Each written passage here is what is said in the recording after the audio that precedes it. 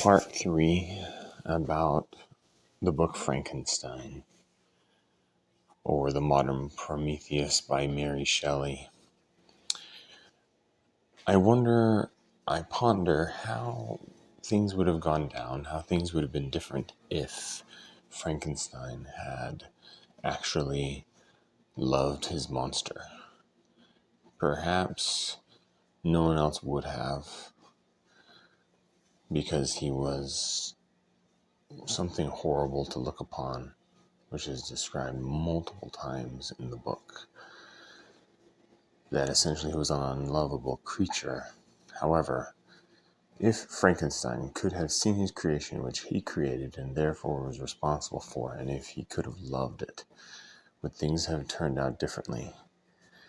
Perhaps the creature would have been good and would have stayed good. Frankenstein could have taught the creature how to speak, how to read, and ways to think, just like rearing a child. And perhaps he would have had to keep the creature living in the wilderness away from humankind, but could have had a connection with the creature. But who knows, maybe the same thing would have ended up happening as the creature became educated and learned about human relations and love, marriage, and connection, and still would have wanted that, even something beyond Frankenstein himself. But maybe, just maybe, things would have been different. But also we may have an entirely different story where his family may have found out about him having created the creature and hiding it, and been aghast at the entire prospect, and people possibly hunting him down.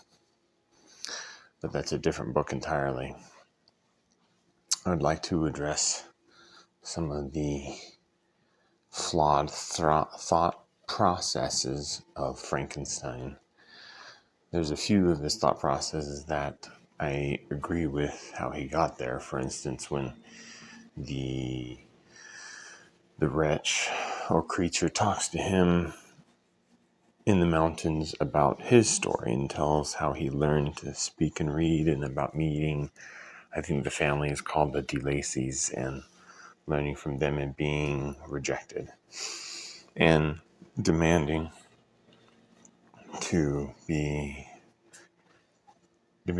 that a mate be made for him and given to him. I can understand how Frankenstein agreed with this logical and philosophical argument that perhaps the monster could have had the mate made for him and could have left and disappeared from humankind.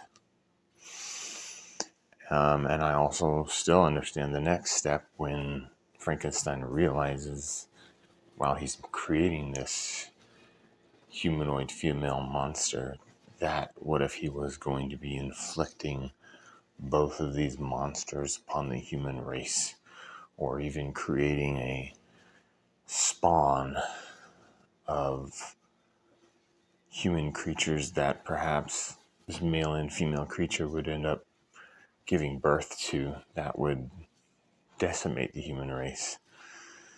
Now, honestly, to me, that would make for a really cool book. An interesting book series, maybe, about Frankenstein's monsters that are at war with the human race. But that is a conversation for a different day. So I understand how he came to the conclusion that this was bad and he needed to stop, and why he then destroyed what he had been creating, this monster female. But then, when he is confronted by the wretch, who asks, basically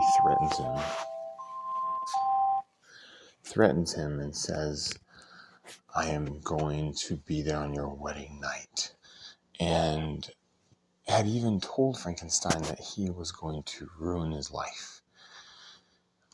From what I recall, I don't remember him saying, I'm going to kill you. He said, I'm going to essentially ruin your life, and I'm going to make your life hell, because my life is hell. And you created me, and you are a responsibility to me as my creator. And somehow Frankenstein comes to the conclusion, oh, he's going to kill me on my wedding night. That doesn't make any sense to me. That entire thought process is flawed, especially when Frankenstein is supposed to be this incredible, brilliant person that Walton almost worships. Walton being the ship captain that finds Frankenstein out on the ice. And yet he comes to this conclusion. I don't understand how he got there. The only way I think anyone with 5 brain cells can come to the conclusion, oh, he's going to kill your wife. He's going to kill Elizabeth. That's exactly what's going to happen. Either back in the 1800s, when this was written, people couldn't think that far ahead in books and just didn't come to these logical conclusions. Or it's just a ploy by the author Mary Shelley. She's trying to trick her audience, and for me personally, she does not do a very good job. Or third, Frankenstein is just an idiot. Maybe that's it, because he's been shown to be an idiot in many other situations. For instance, making the creature, abandoning the creature, and then not telling anyone when the creature starts killing everybody, and just keeping a secret, except for one magistrate who doesn't believe him. And then, of course, Walton at the end of the book.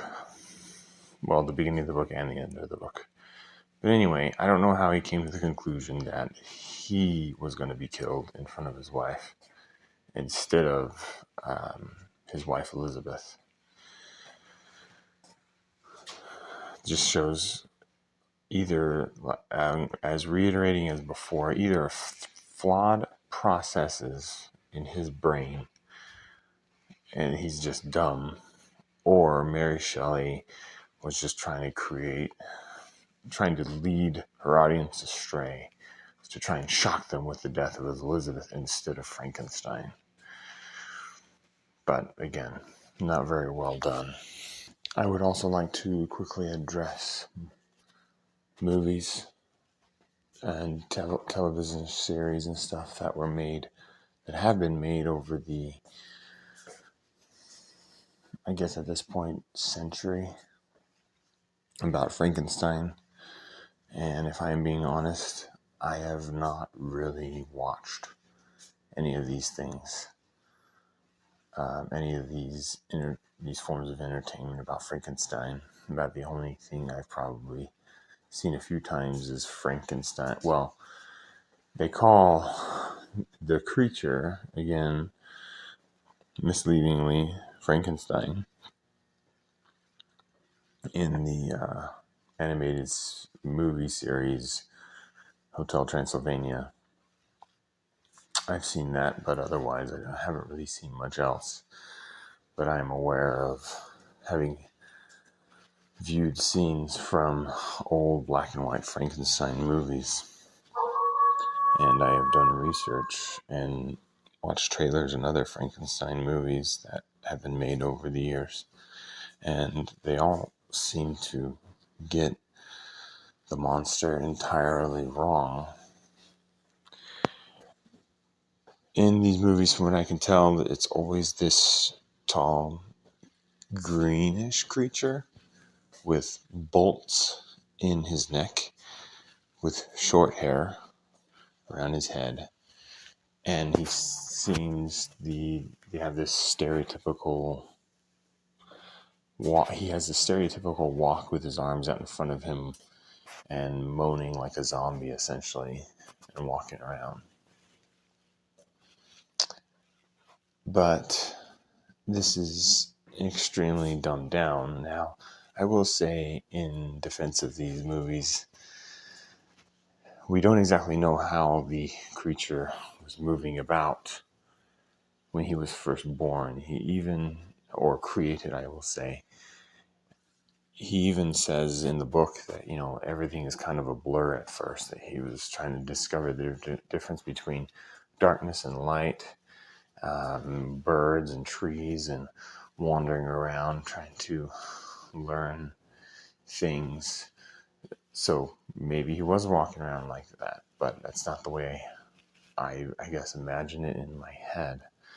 But most of these entertainment venues show that he is just a dumb monster walking around killing things, from what I have gathered. But he's actually a very cerebral, philosophical creature once he becomes educated and reads the books, to the point that he is able to actually convince his creator, Frankenstein, to make a mate for him. And he's able to hold arguments with people, including the ship captain, Walton. He has read very intelligent books and can discuss things very intelligently.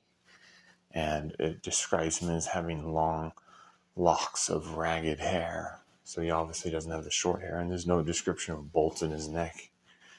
That's probably just something carried over from one of these old black and white movies, perhaps as a method or a means that electricity was shot into his body. But it never mentions those things, and that's not the way that I imagine them. I've seen some art on the internet that I like that shows what looks like a more realistic Frankenstein's creature, where he seems to look more natural, but also more undead, and has long locks of hair.